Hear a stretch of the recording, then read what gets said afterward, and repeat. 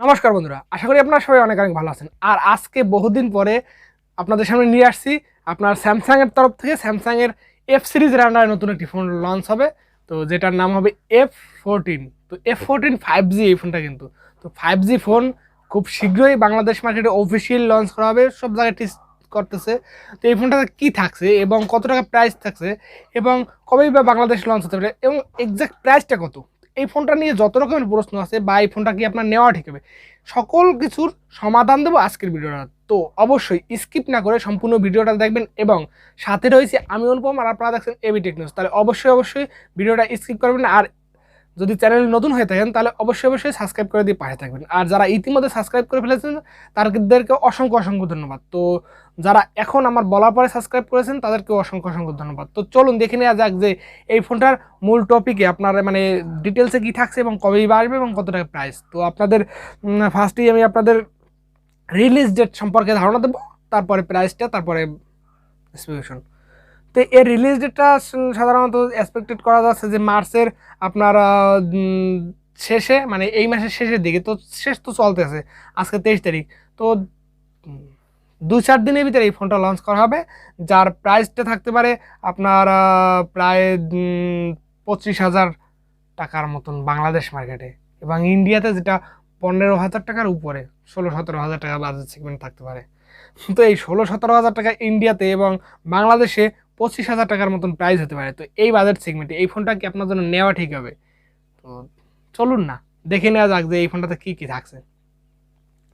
তো এই ফোনটা ফার্স্টে আমরা বডি ফ্রেমটি থেকে ধারণা দেবো। এই ফোনটাতে থাকছে আপনার 8.9 মিলিমিটার থিকনেস, এছাড়াও থাকছে আপনার 202 গ্রাম ওজন। এছাড়াও আপনার এখানে থাকছে আপনার গ্লাস ফ্রন্ট এবং প্লাস্টিক ব্যাক এবং ডুয়েল সিম কার্ড স্লট থাকছে। এবং বডি ফ্রেম রেটে F13 যেরকম ফোনটা ছিল তো হুবহু সেই রকমের ডিজাইন এবং যেটা দেখতে বেশ ভালো মানের লাগতেছে।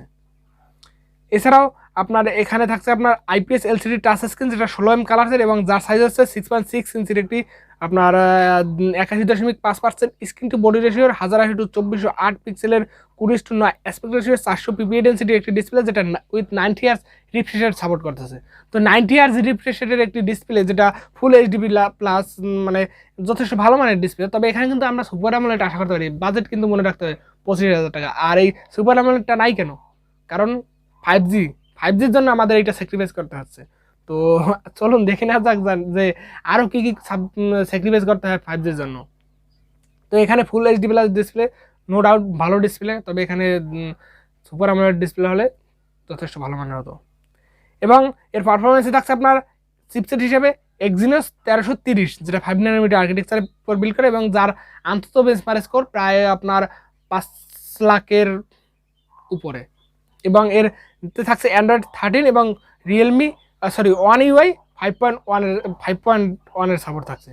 তো এই মানে সফটওয়্যার নিয়ে কিছু বলার নেই, কারণ অ্যান্ড্রয়েডের বেস্ট ইউআই হচ্ছে আপনার স্যামসাংয়ের One UI। এবং 1330 যে চিপসেটটা, যেটা 5 nanometer আর্কিটেকচার তৈরি করা, সেটা একটি ভালো চিপসেট, যেটা আপনাদের 5 লাখের মতন আন্তত বেঞ্চমার্ক করে। এখানে গেমিং টেস্ট আপনারা ভালো মানে নিতে পারবেন। তো গেমিংয়ের জন্য ভালো ফোন আছে চলছে। এবং এই বাজেট সেগমেন্টে এই প্রসেসরটা বেস্ট প্রসেসর, কারণ এই প্রসেসরটা আপনার 1330 আপনার A54 এবং A34 এই ফোনগুলোতে কিন্তু এই প্রসেসরটা আসছে। তো সেইখানে কম বাজেটে এত ভালো প্রসেসর, জাস্ট অসাধারণ কিছু কিন্তু থাকছে এখানে স্পেসিফিকেশনে। এবং এর র্যাম হিসাবে থাকছে আপনার 4GB এবং 64GB এবং 4GB 128GB এরকম র্যাম ভেরিয়েন্টের সাপোর্ট থাকলে হয়। তো 464-এর প্রাইসটা আপনাদের 25,000 টাকার মতন বাজেট আমি বলছি। এবং আপনার ডেডিকেটেড মাইক্রো SD কার্ডের স্লট পাচ্ছেন এবং UFS 2.1 এর স্টোরেজ টাইপ পাচ্ছেন।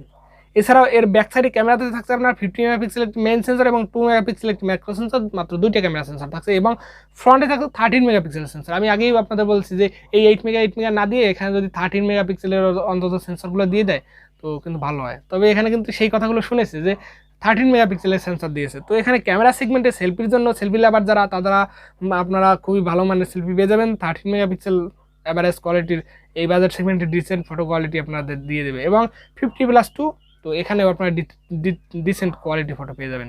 তো ক্যামেরা নিয়ে আমার এখানে নেই, তবে এখানে কিন্তু আলট্রাওয়াইড সেন্সরটা থাকা উচিত ছিল। ওই যে 5Gর জন্য মিস করতে হয়েছে, ভালো প্রসেসর পাচ্ছি আমরা বাজেট সেগমেন্টে, তো সেই দিকটাও দেখতে হবে কিন্তু।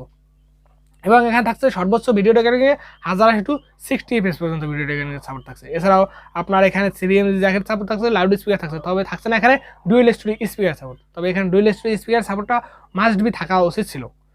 এছাড়াও এখানে থাকছে কানেক্টিভিটি আপনার ব্লুটুথ 5.2 এর সাপোর্টেড, ওয়াইফাই 6 এর সাপোর্টেড, ডুয়াল ব্যান্ড হটস্পটের সাপোর্টেড, জিবিএস এনএফসি পর্যন্ত সাপোর্ট থাকছে এবং USB type C port, OTG support থাকছে। এছাড়াও আপনাদের এফএম রেডিও সাপোর্ট থাকছে না। আর এখানে সেন্সর হিসেবে থাকছে সাইড মাউন্টেড ফিঙ্গারপ্রিন্ট সেন্সর এবং আপনার proximity sensor, campus sensor, gyro sensor, তো সকল ধরনের সেন্সর কিন্তু থাকছে এখানে। এবং এই ফোনটাকে পাওয়ার ব্যাকআপ করার জন্য রয়েছে এখানে 6000 mAh একটি ম্যাসিভ ব্যাটারি, আর যার সাথে থাকছে আপনার 15 ওয়াট একটি ফাস্ট চার্জার। তো এইখানে একটা কমপ্লেন আছে, এখানে যদি আপনার 15 ওয়াট না দিয়ে অন্তত 25 ওয়াট ফাস্ট চার্জিংটা দিত তাহলে খুবই কিন্তু ভালো হতো।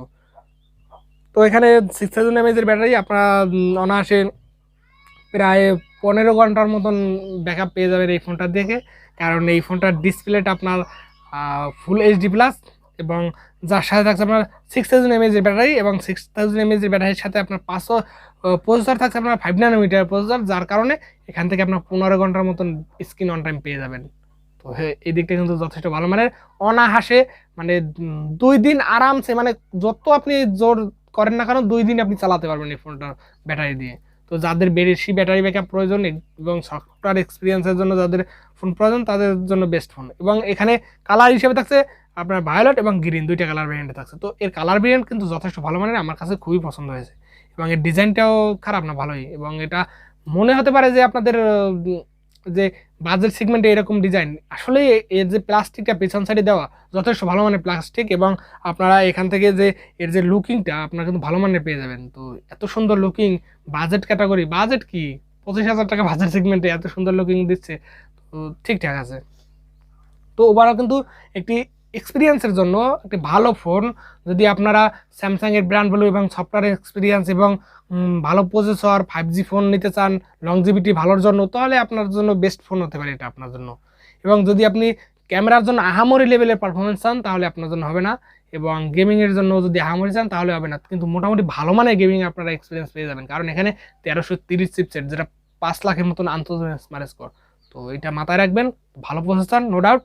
তো ওভারঅল কনফিগারেশন দেখে আমার বাজেট মানে যে বাজেটে বাংলাদেশ মার্কেটে আসছে, তো মানে 25,000 টাকা বাজেট সেগমেন্টে আসতে পারে, তো এই 25,000 টাকা বাজেট সেগমেন্টে যদি এই ফোনটা আসে তাহলে একটু ওভার প্রাইসড মনে হবে। তবে এই ফোনটা কিন্তু যদি ওভারঅল আপনি বিচার করেন তাহলে কিন্তু ঠিকঠাক, কারণ এই বাজেট সেগমেন্টে ভালো প্রসেসর পাচ্ছেন, ক্যামেরা ডিসেন্ট কোয়ালিটি পাচ্ছেন, ব্যাটারি ব্যাকআপ ভালো পাচ্ছেন, ডিসপ্লেও ভালো মানে পেয়ে যাচ্ছেন, তবে এখানে সুপার আমোলেড নেই। তো এই ছিল আমার ওপিনিয়ন। তো আমার ওপিনিয়ন হচ্ছে যে এটা যদি বাংলাদেশ মার্কেটে 20,000 টাকার কাছাকাছি পেয়ে যান তাহলে অনায়াসে আপনারা এটা পারচেস করতে পারেন। তো এই ছিল আমার পার্সোনাল ওপিনিয়ন।